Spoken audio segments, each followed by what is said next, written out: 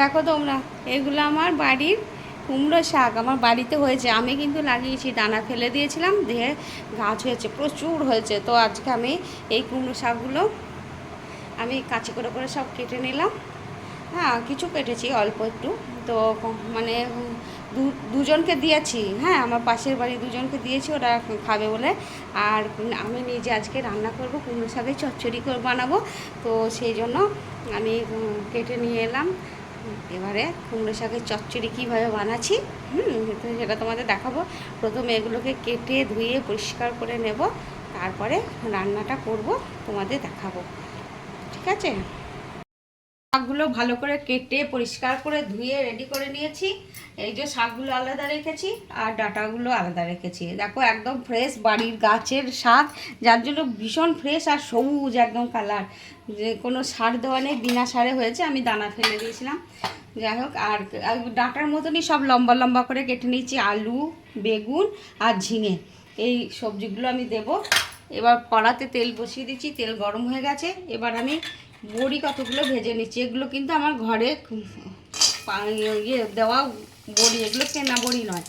যদিও আমি দিইনি, এগুলো আমার ভাইয়ের বউ দিয়েছে, ও আমাকে বড়ি সাপ্লাই দেয়।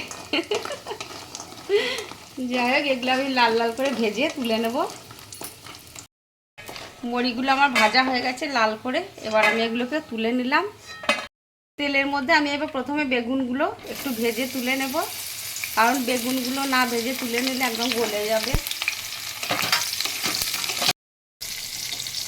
এবার আমি বেগুনগুলো তুলে নিচ্ছি। বেগুনগুলো ভাজা ভাজা হয়ে গেছে। 5 ফোড়ন দিচ্ছি ওই তেলের মধ্যে, ফোড়নে আর একটু তেজপাতা, একটু শুকনো লঙ্কা দিয়ে দিলাম। ফোড়নটা একটু আমার কয়েক সেকেন্ড ভাজা ভাজা হবে, একটা সুন্দর গন্ধ বেরোবে।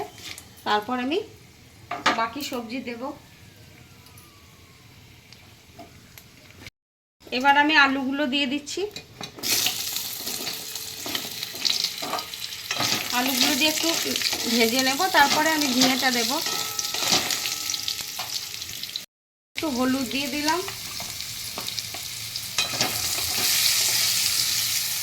এবারে আমি ঝিঙেগুলো দিয়ে দিচ্ছি।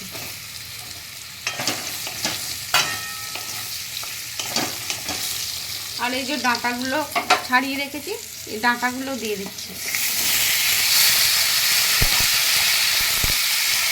এবারে একটু ভাজা ভাজা করে নেবো সবজিগুলো, তারপরে শাকটা দেবো। এবার আমি শাকগুলো দিয়ে দিচ্ছি। শাকগুলো দিয়ে ওপর থেকে একটু লবণ দিয়ে দেবো, যাতে আস্তে আস্তে দিয়ে চাপাটা দিয়ে দেবো। এবার আমি একটু চাপা দিয়ে দিচ্ছি। এবার আমি চাপাটা খুলে দিলাম। এবার তলাগুলো ওপরে করে দেবো আর ওপরেরগুলো তলা করে দেব।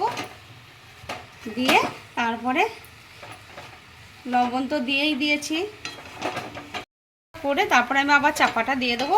তারপরে কিছুক্ষণ বাদে আবার খুলব। এবার আমি চাপাটা খুললে একবার দেখছি। আমার শাকটা পুরো প্রায় নরম হয়ে এসছে। এবারে আমি ভেজে রাখা এই যে বড়িগুলো দিয়ে দেবো। বড়িগুলো আমি না ভেঙে নিয়েছি। বড়ি আর ওই যে বেগুনটা যেটা ভেজে রেখেছিলাম, এগুলো আমি দিয়ে দিলাম। এবার আমি একটু নাড়াচাড়া করে নেব। লবণ দিয়েছি তখন, আর লবণ দেব না যদি বেশি হয়ে যায়। এবারে আমি একটু সর্ষে আর পোস্ত বাটা দেব।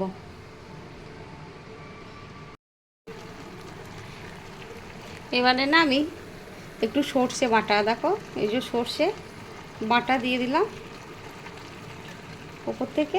আর আমি একটু পোস্ত বাটা দেব। এই যে পোস্ত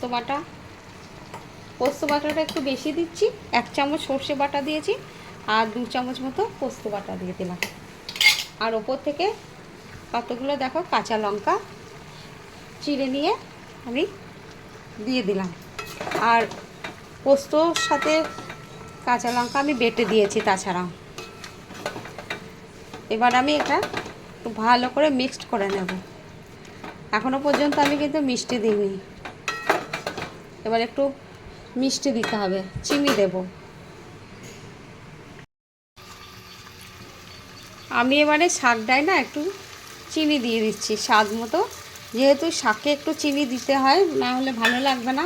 এমনিতেই আমি তো সব তরকারিতেই চিনি দিই, তাছাড়া শাকে তো দিতেই হয়। যাই হোক, একটু চিনি দিয়ে দিলাম। তোমরা তোমাদের স্বাদ অনুযায়ী দেবে, যে যেমন মিষ্টি খাও সেরকম।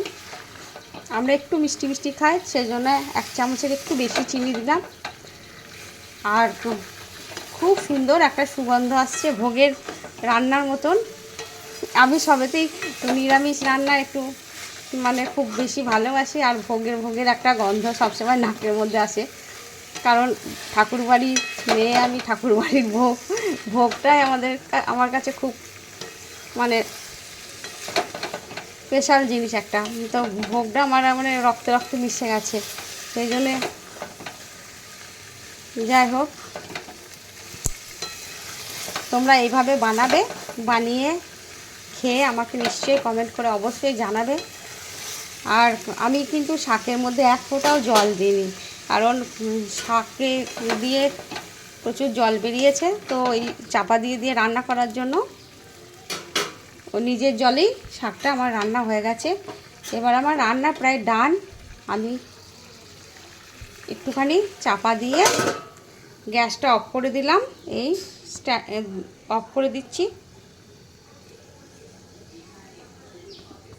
স্ট্যান্ডিং টাইম দিয়ে কিছুক্ষণ পরে আমি নামিয়ে দেব।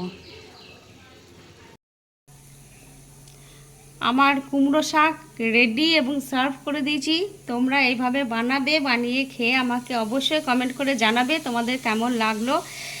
তোমরা সবাই ভালো থাকবে, সুস্থ থাকবে। সকলকে অসংখ্য ধন্যবাদ। নমস্কার।